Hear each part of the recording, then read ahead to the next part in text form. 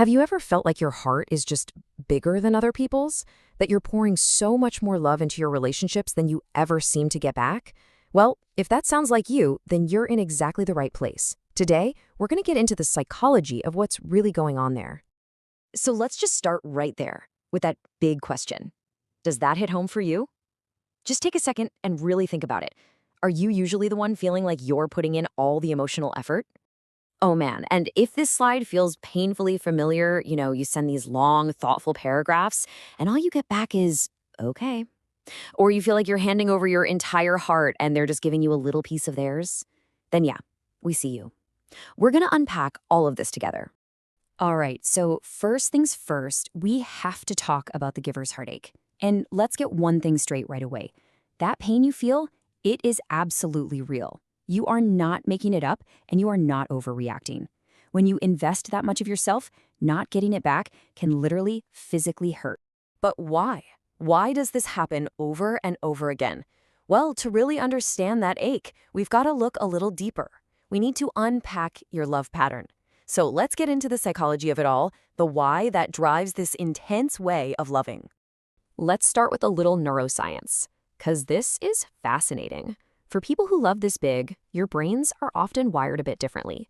Your emotional centers can actually be hyperactive, which means you literally feel love and connection with more intensity. For you, it's not just a nice to have. Your brain processes that connection as a fundamental survival need, right up there with food and water. Wild, right? And a lot of these patterns, they start way, way back. Our childhood is kind of like the original programming for our adult relationships. So if love and affection felt conditional when you were a kid, like you had to be extra good or perform to get it, your brain learned a really powerful lesson. To get the love I need, I have to love harder than everyone else.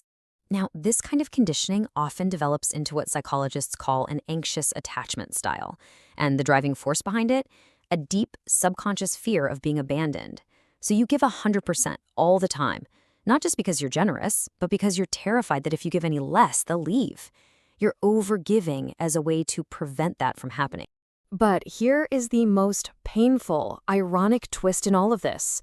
All of that incredible effort, all that love you're pouring out to bring someone closer to you, can actually do the exact opposite. Let's talk about this frustrating push-pull cycle, because I'm willing to bet many of you will recognize it immediately. And this just lays it all out, doesn't it? Here's the cycle. 1. You come in with all this beautiful, intense love. 2. For some people, that's overwhelming. It triggers their avoidance response and they get scared.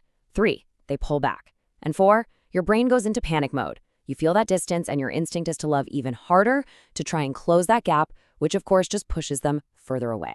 It is an absolutely exhausting. Okay, I want you to stop for a second.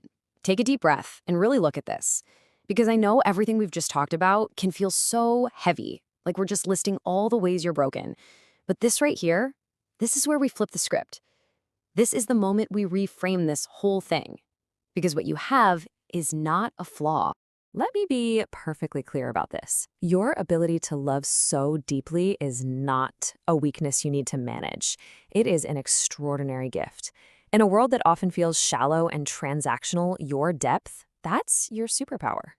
I mean, just look at what this capacity gives you. You experience the world more vividly. You care with a fierce loyalty that most people only dream of. You have this incredible ability to see the gold inside someone when they can't even see it in themselves. You love with the kind of passion that artists have been writing about for centuries. Do not let anyone ever make you feel ashamed of that.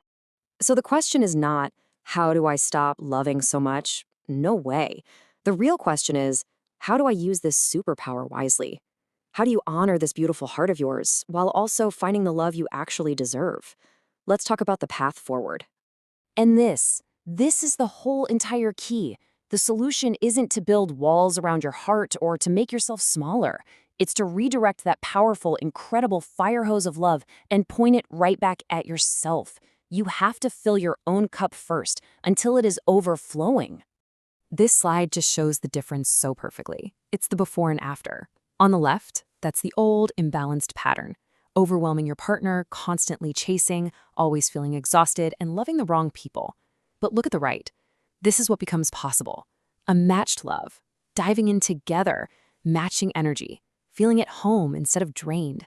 It's about finding the right person.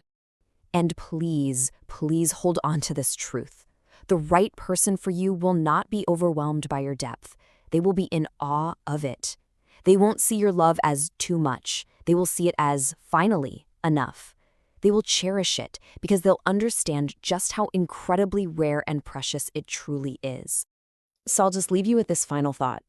For all the time you've spent fighting for affection, proving your worth, and loving harder to close the gap, I want you to consider a totally new possibility. What if the love that's actually meant for you doesn't feel like a battle at all, but feels like a peaceful, beautiful homecoming?